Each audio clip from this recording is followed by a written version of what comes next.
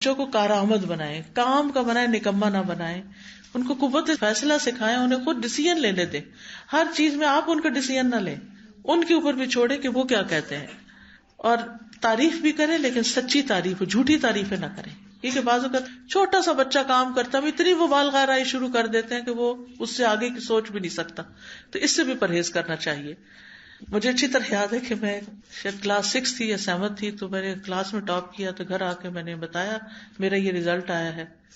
میرے والد نے شاید وہ میرا ریزلٹ کارڈ لیا تو کہا اس میں اس سبجیکٹ میں اتنے نمبر کیوں نہیں، یا کوئی اس طرح کی بات کی. تو میں نے کہا کہ میں اتنی پھولی ہوئی آئی تھی اور انہوں نے ساری غبارے میں سے ہوا نکال دی کہ یہ تو کوئی بڑی بات ہے. جب میرے پی ایچ ڈی کا ریزلٹ جس دن آیا تو میں نے سب سے پہلے اپنے والد کو فون کیا. تو کہنے لگے کہ تمہارے حج کی جو خوشی ہوئی ہے وہ اتنی پی ایچ ڈی کی نہیں ہوئی. تو میرے نزدیک حج کرنا تو چند دن کی بات تھی، لیکن پی ایچ ڈی میں 4 سال لگے تھے. لیکن انہوں نے اس وقت ایک پرائرٹی سیٹ کر دی کہ جو اللہ کی اطاعت میں کام ہوتا ہے، عبادت والا کام، وہ زیادہ اچھا ہے. یہ بھی اچھا ہے لیکن وہ زیادہ اچھا ہے، مجھے اس کی خوشی زیادہ ہے. تو یہ چھوٹی چھوٹی باتیں زندگی میں پھر انسان کو بھولتی نہیں، اور یہ چیزیں انسان کی ڈائریکشن سیٹ کرتی ہیں کہ والدین جس چیز کو پرائرٹی دیتے ہیں پھر بچوں کے اندر وہ چیز آنے لگتی ہے. نبی صلی اللہ علیہ وسلم کا طریقہ یہ تھا کہ جب کسی بچے سے کچھ سکھانا ہوتا تو اس کی تعریف بھی ساتھ کرتے. آپ نے عبداللہ بن عمر سے کہا بڑا ہی اچھا آدمی ہے، کاش رات میں نماز بھی پڑھتا. بس اتنی بات کی تو اس کے بعد وہ ہمیشہ رات کو نماز پڑھا کرتے تھے. پھر اسی طرح بچوں کے اندر اگر کوئی اچھی عادتیں ہیں تو ان کا ذکر بھی کرنا چاہیے. بیٹا تمہاری یہ عادت بہت اچھی ہے کہ تم کام کرنے کے بعد چیزیں سمیٹ دیتے ہو مثلا، تو اس کے بعد وہ کبھی چھوڑے گا نہیں کیونکہ اس کو پتا چل گیا کہ ایک اچھا کام ہے. ورنہ بچوں کو تو تمیز نہیں ہوتی اچھا کیا ہے کیا نہیں. جب آپ تعریف کرتے ہیں یا اپریشیٹ کرتے ہیں تو پھر ہی ان کو پتا چلتا ہے کہ انہوں نے جو کیا ہے وہ اچھا ہے. نبی صلی اللہ علیہ وسلم نے اشج عبد القیس سے کہا تھا کہ تم میں 2 خصلتیں ایسی ہیں جن سے اللہ محبت کرتا ہے، بردباری اور باوقار ہونا. پھر اسی طرح بچوں سے پیار محبت سے کام کروانا چاہیے. ان کے منفی رویے کو حکمت سے مثبت میں تبدیل کرنا چاہیے. اور اس میں ابو محذورہ کی روایت جو ہے بہت ہی انٹرسٹنگ ہے، اور مجھے یہ واقعہ بہت ہی دل کو لگتا ہے کہ کس طرح ایک ٹین ایجر کی اصلاح نبی صلی اللہ علیہ وسلم نے کی. وہ کہتے ہیں کہ ایک مرتبہ میں چند لوگوں کے ساتھ نکلا. ہم لوگ حنین کے راستے میں تھے تو رسول اللہ صلی اللہ علیہ وسلم حنین سے تشریف لا رہے تھے، واپس آ رہے تھے. راستے میں ہمارا آپ سے آمنا سامنا ہو گیا. تو رسول اللہ صلی اللہ علیہ وسلم کے مؤذن نے نماز کے لیے رسول اللہ صلی اللہ علیہ وسلم کے پاس آذان دی. تو مؤذن کی آواز سن کر ہم اونچی آواز سے اس کی نقل اتارنے لگ گئے اور اس کا مذاق اڑانے لگے. رسول اللہ صلی اللہ علیہ وسلم نے ہماری آواز سن لی اور ہماری طرف کسی کو بھیجا کہ وہ ہمیں آپ کے سامنے لا کے کھڑا کرے.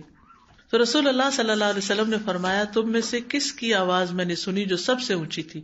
تو لوگوں نے میری طرف اشارہ کر دیا، ابو محذورہ کی طرف، اور وہ سچے ہی تھے.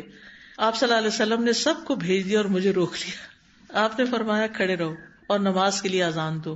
میں کھڑا ہوا، لیکن اس وقت میری نظروں میں رسول اللہ صلی اللہ علیہ وسلم اور ان کا دیا ہوا حکم سب سے زیادہ ناپسندیدہ تھا. میں رسول اللہ صلی اللہ علیہ وسلم کے سامنے کھڑا ہوا. آپ نے مجھے خود آذان کے کلمات سکھائے.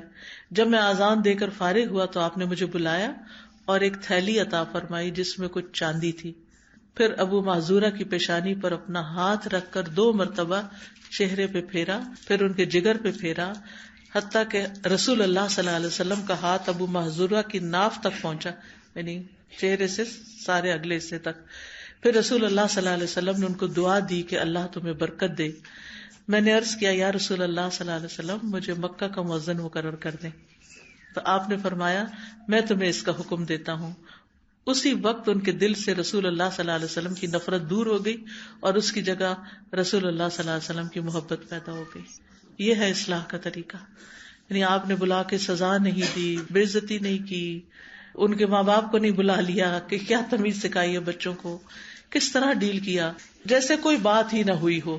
کیونکہ آپ دیکھنا چاہتے تھے کہ سب سے زیادہ جو شرارتی ہوئی سب سے زیادہ باصلاحیت ہے، تو اس سے اذان دلوائی اور پھر اس کو مکہ کا مؤذن مقرر کر دیا.